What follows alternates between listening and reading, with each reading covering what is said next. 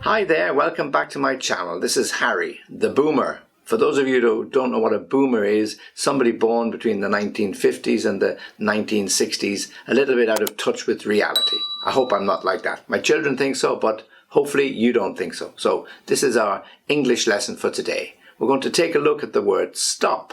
And we're going to look at synonyms for stop, other ways in which you can use words that have a similar meaning, but like all synonyms, you have to be very careful how you use them because they can't be used in every particular situation. Of course, the word stop we use a lot. You see it on road signs as you're walking along the streets, stop. So you have to stop immediately. Or somebody says, would you stop doing that? Stop, please. So there's no alternative word for that because it's what somebody wants you to do. They want you to stop. But in other situations, we have many other words. Okay, so let's look at a few of those. First word is halt. Halt! And like stop, it's a bit of a instruction or a command. And it's often something you hear in the police or in the armed services, the army or the air force, something like that. So halt meaning stop immediately, or you might see it on road signs as well, stop or halt. It means you have to stop immediately. Certainly in important places like airports, you might see a sign on the wall, halt, no admission, meaning stop exactly where you are. You're not allowed through those doors, or you're not allowed into that part of the building or the airport. So to halt means a command, an order to stop. And my next word is hinder, H-I-N-D-E-R, pronounced hinder. Hinder doesn't mean to stop completely, although it can, but usually it means to slow down the progress. So if we take a situation where there are some roadworks, which happen all the time near where I'm living, if there's some roadworks and the guys are digging a hole and laying pipes, but if there's a heavy snowfall, a very heavy snowfall overnight, it covers the hole or it prevents cars from getting up the road, well then that will hinder progress. It means that the repairing of the road, filling in the hole, laying of the pipes will slow down. It will be hindered. So our progress has been hindered by the bad weather, by the heavy snowfall, to hinder. The next word is hamper, and hamper is similar to hinder, pronounced hamper. It has a few meanings, but in this sense, hamper means again to slow you down. And if I give you a situation where we might use it, if somebody unfortunately falls and breaks their leg or breaks their arm, then they have to slow down a little bit. Of course, they have to go to the hospital and get it checked and x-rayed, and a plaster is put on the arm or the leg, but that will hamper the way they can walk. So they'll limp for a while if it's a broken leg, or they will walk with the aid of crutches, or if it's a broken arm, they have to have their arm in a sling, so it will hamper what they normally do. So if somebody is writing with their right arm, then they'll have to write with their left arm. If they are used to walking or jogging or cycling, then of course they'll have to stop that. So their ability to get around will be hampered by the broken leg or the broken arm. So to hamper something is to slow it down, to prevent or to stop that particular progress. Hamper, H-A-M-P-E-R. My next word is inhibit, I-N-H-I-B-I-T, to inhibit. Okay, and when you inhibit something, again, you stop it, or it prevents or causes you to be slower than you might like to be. Typically how we would use it if somebody has some speech impediments, they may have a stutter or a stammer, this may inhibit their ability to make a presentation. It may inhibit their ability to talk to somebody. It may inhibit their ability to meet people because they may be shy or embarrassed or feel in some way inhibited. Okay, so something that again slows us down, something that prevents us making progress, inhibits. Okay, and just make sure you pronounce the H, inhibit. Yeah, to inhibit something, to inhibit someone, to inhibit progress, to inhibit what we want to do. Okay. The next word sounds something similar, and it's prohibit, yeah? And when something prohibits, it stops, okay? In the 1920s, the 1930s, there were the prohibition laws in America. And if you don't know your history, you can check it up. But in the prohibition laws, the states were prevented from selling alcohol. So bars and these type of, they call them speakeasy clubs, had to close down, or they operated behind closed doors in secret. So the prohibition prevented the sale of alcohol. So when we prohibit something, we stop it, we prevent it, we don't allow it to happen. So often governments introduce laws that prohibit people from doing something. Very recently, we had governments introducing laws prohibiting smoking in public areas, and it was very, very effective. So now people can't smoke in government buildings or public buildings or railway stations or airports without getting a fine. So to be prohibited, to stop you doing something.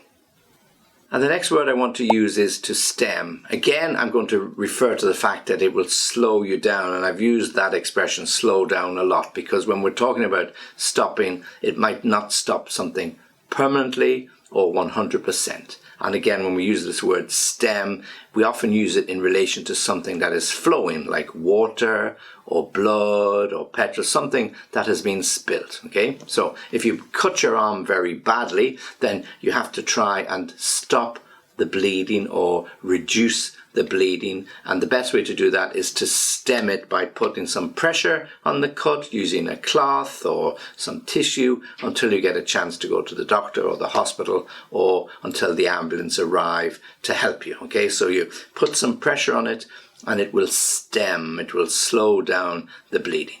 If you have a burst water pipe during the winter in your house, and hopefully that doesn't happen, but if you're waiting for a plumber to arrive, I hope you're not waiting for the 12 weeks I've been waiting for a plumber, but if you have to wait for a plumber to arrive, you need to stem the flow of the water in the pipe. So you put a cloth or something strong around it, tie it around so that the water that comes out is only a little trickle, yeah, or perhaps it will stop completely. And that will be good enough until such time as your plumber arrives, switches off your water, and he fixes your pipe. So to stem something is put pressure on it or block it so that the flow of the water, the petrol, the blood is a really small trickle, and that will help you going forward. Okay, so to stem, to slow down.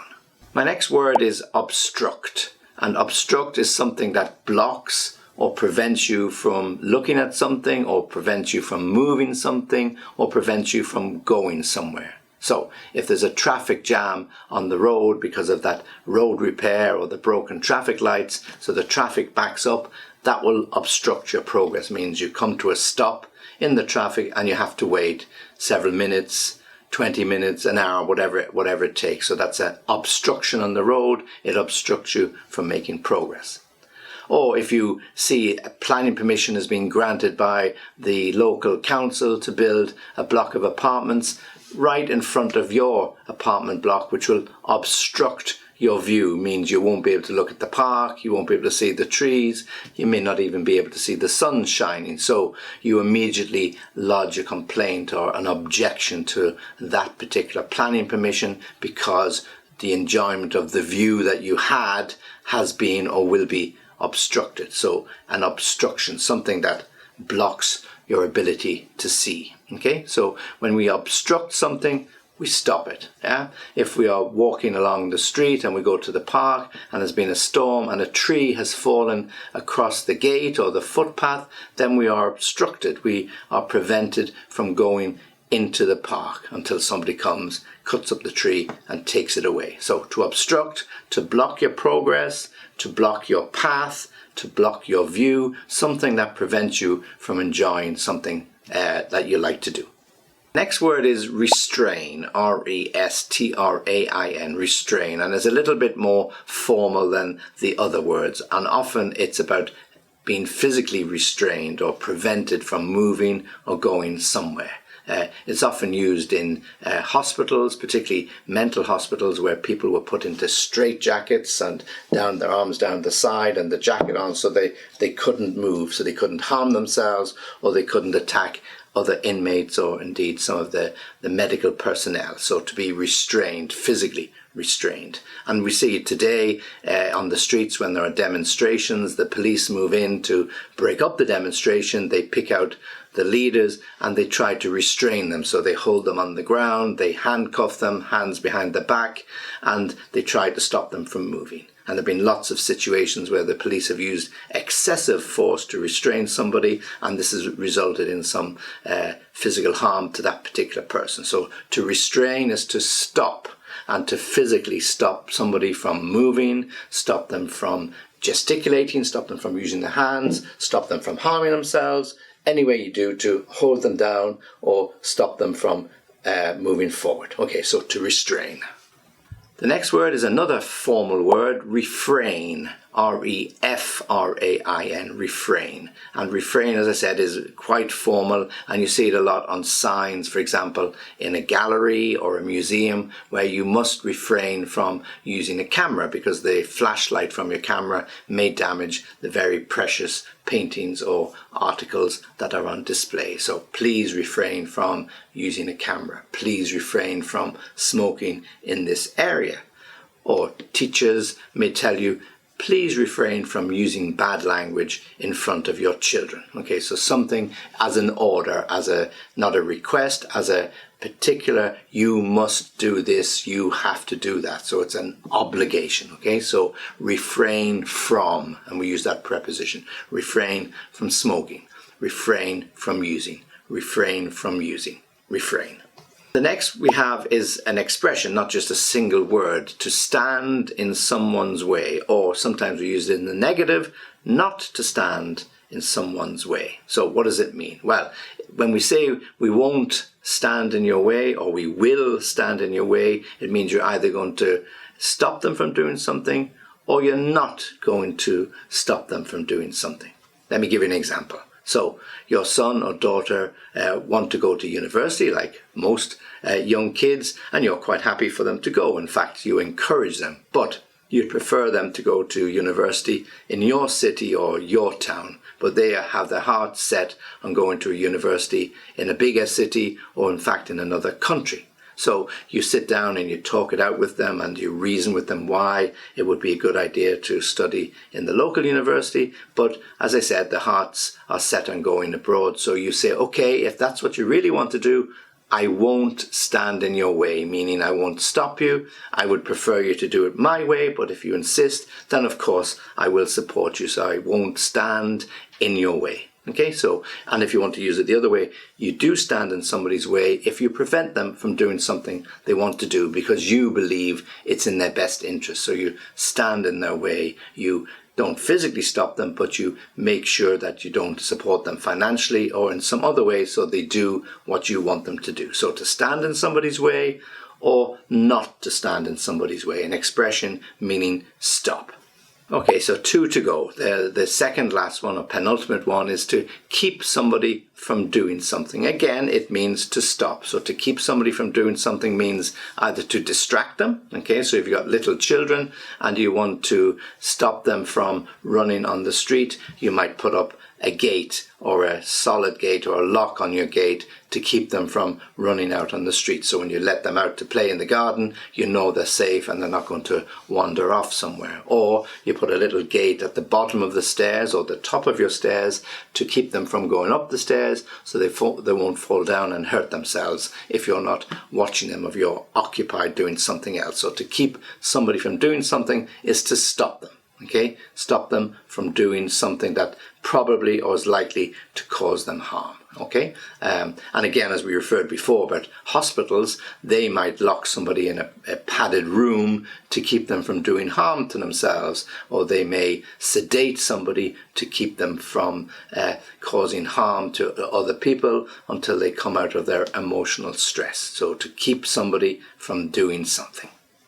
Finally, the last word I have of alternatives for stop is the word prevent, and I've actually used it quite a lot if you've been listening carefully to these descriptions. So to prevent is to stop, to prevent somebody from doing something, to prevent somebody from causing harm, to prevent somebody from breaking the law, to prevent somebody from moving. So there's lots of examples that you can use. In the recent COVID problems, governments are introducing laws, recommendations, lockdowns to prevent people moving from one district to another, to prevent people from spreading the virus from one person to another, or to prevent groups of people mixing. Okay, so they introduce these recommendations, these rules, these lockdown provisions. So to prevent is to stop. Yeah, we prevent accidents happening by making sure the road surface is good, by making sure the traffic lights work, by making sure people